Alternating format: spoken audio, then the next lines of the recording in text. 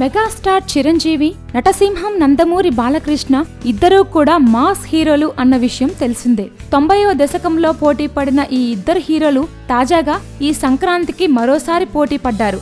అయితే చిరంజీవి, బాలకృష్ణలు ఒకరికొకరు శుభాకాంక్షలు అందచేసుకోగా అభిమానులు మాత్రం పోటాపోటీగా ఒకరిపై మరొకరు దుమ్మెత్తిపోసుకుంటున్నారు.